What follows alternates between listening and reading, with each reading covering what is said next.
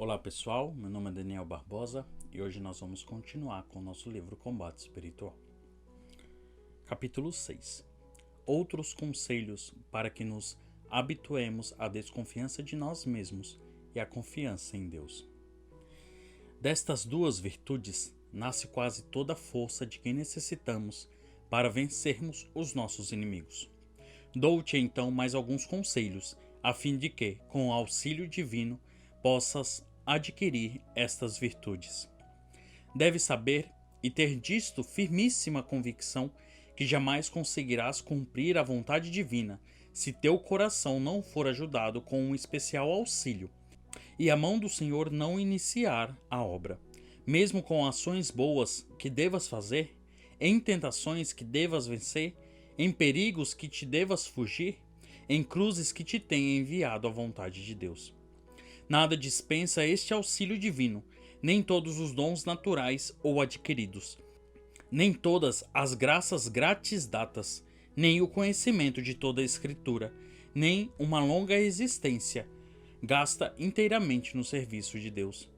Durante toda a nossa vida, portanto, todos os dias, a todas as horas e a todos os momentos, devemos-nos firmar na resolução de jamais, de modo nenhum e em pensamento algum, confiarmos em nós mesmos. Quanto à confiança em Deus, lembra-te de que nada é mais fácil a Deus do que vencer os inimigos, sejam eles poucos ou muitos, velhos e matreiros ou novos e fracos. Uma alma pode estar cheia de pecados, ter todos os defeitos do mundo, ser viciosa quanto se possa imaginar. Pode ter já tentado por todos os meios deixar o pecado e levar uma vida boa, e não ter conseguido nenhum pontozinho de bem, antes, mais violentamente, ter caído no mal. Apesar de tudo, não deve perder a confiança em Deus, nem deixar as armas e os exercícios espirituais. Importa que sempre mais generosamente combata, pois é necessário que se tenha em mente que nesta batalha espiritual nunca perde quem ainda combate e ainda confia em Deus, e o auxílio divino nunca falta, conquanto os combatentes sejam por vezes feridos. Combater, isto é, tudo. O remédio para os ferimentos é eficaz para aqueles que, com confiança, procuram a Deus e seus auxílios. Quando menos esperam, seus inimigos estarão mortos. Capítulo 7. Como devemos fugir da ignorância e também da curiosidade. Nesta batalha espiritual, não basta a confiança em Deus e a desconfiança de nós mesmos.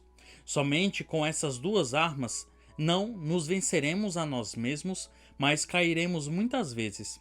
E assim, além destas duas virtudes, é necessário uma terceira coisa, o exercício. É preciso exercitar a inteligência e a vontade. Quanto à inteligência, deve ela ser resguardada de duas coisas que a costumam obscurecer: a ignorância e a curiosidade. A ignorância deixa a mente em trevas e impede que ela conheça a verdade, que é o objeto próprio da inteligência.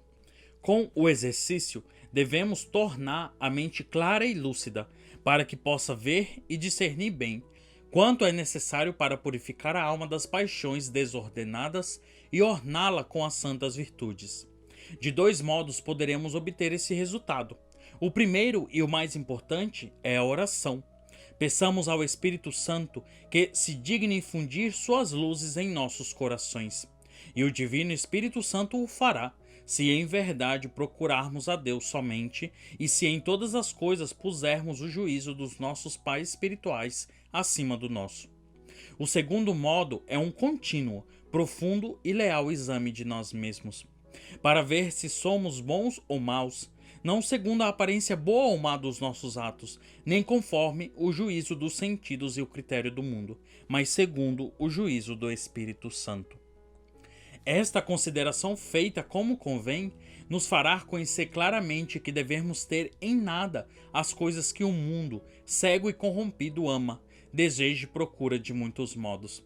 Entenderemos que as honras e os prazeres da terra nada são, senão vaidades e aflições do espírito, que as injúrias e as infâmias de que o mundo nos cobre nos enchem de verdadeira glória, que as tribulações são nossa alegria, que o perdão e a caridade para com os inimigos é uma magnanimidade e uma das coisas que mais nos assemelham a Deus.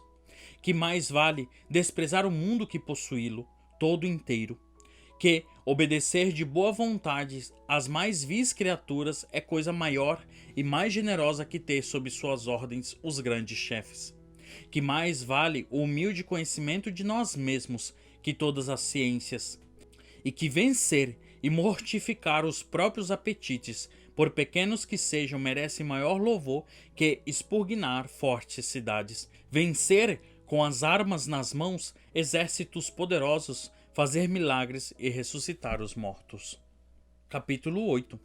Do motivo por que não discernimos bem nos assuntos referentes a nós mesmos e do modo como discernir bem neste assunto. O motivo por que não discernimos bem nas coisas referentes a nós mesmos e noutros assuntos é porque, logo à primeira vista, tomamo-nos de simpatia ou de antipatia pela coisa. A inteligência fica então obscurecida e não poderá elaborar um reto conceito do objeto em questão. Para que estejas livre deste engano, cuida, quanto podes, em ter tua vontade livre de qualquer afeto desordenado. E quando se te propõe qualquer objeto, contempla-o com a inteligência, antes que tuas inclinações naturais te movam a desejar a coisa, porque ela causa prazer ou rejeitá-la se é contrária aos seus apetites. Assim, livre do obscurecimento das paixões, a inteligência esclarecida poderá conhecer a verdade e descobrir o mal escondido sob um falso prazer, e ver o bem coberto às vezes com a aparência de mal. Mas, se a vontade logo de início se ver inclinada a amar ou aborrecer a coisa, a mente não pode discernir bem. O afeto ofusca a lucidez da inteligência, que não estimará o objeto pelo que se de fato ele é, e, apresentando depois o seu juízo falso, a vontade essa se moverá com mais violência que antes a amar ou odiar a coisa contra qualquer lei ou regra da vida. E mais, com este afeto se obscurece a inteligência, e assim, obscurecida, julgará o objeto à primeira ocasião ainda mais amável ou odioso. É de grande importância que leves em conta esta regra. Em caso contrário, estas duas potências, a inteligência e a vontade, tão nobres e excelentes, virão infelizmente a caminhar nas trevas e no erro, e sempre em mais fortes trevas e sempre em maiores erros. Guarda-te, pois, filha, com toda a vigilância de qualquer afeto desordenado, seja por qualquer coisa. Após examinar bem o objeto, tratarás de apurar aquilo que verdadeiramente a coisa é, com a luz da inteligência, principalmente com a da graça, da oração e do juízo do teu Pai espiritual. O que deves observar muito, mais que outras coisas, são tuas obras boas, pois nestas, justamente por serem boas e santas, há mais perigo de engano e de indiscrição da nossa parte. Por qualquer circunstância de tempo, de lugar ou de medida, ou por imprudência no cumprimento de alguma ordem, estas ações podiam às vezes te ser bem nocivas, e já é sabido que muitos ficaram em perigo em exercícios louváveis e santíssimos. Capítulo 9. De outra preocupação que a inteligência deve tomar para ter discernimento claro. Outra coisa de que a inteligência se deve precaver é da curiosidade, porque se enchermos nossa inteligência de pensamentos vãos e nocivos, torná-la-emos incapaz de aprender o que é estritamente necessário para a nossa fortificação e perfeição. Pelo que deves fazer-te de morta para qualquer investigação das coisas terrenas, se são desnecessárias, ainda que lícitas. Restringe sempre quanto é possível a tua inteligência e ama torná-la pobre. Não procure saber das notícias e das novidades do mundo, pequenas ou grandes. Faz como se elas não existissem, e se ouves alguém contá-las, opõe-te a isto e afasta-as para longe de ti. O desejo de compreender as coisas celestiais te torne sóbria e humilde, e não desejes outra coisa mais do que conhecer Cristo crucificado, sua vida, sua morte e aquilo que ele pede. Tudo mais afasta de ti, pois Deus ama aquele que somente procuram as coisas que sejam úteis para louvar a sua divina misericórdia e cumprir a sua vontade. Qualquer outra novidade ou pergunta é amor próprio, soberba e laço do demônio.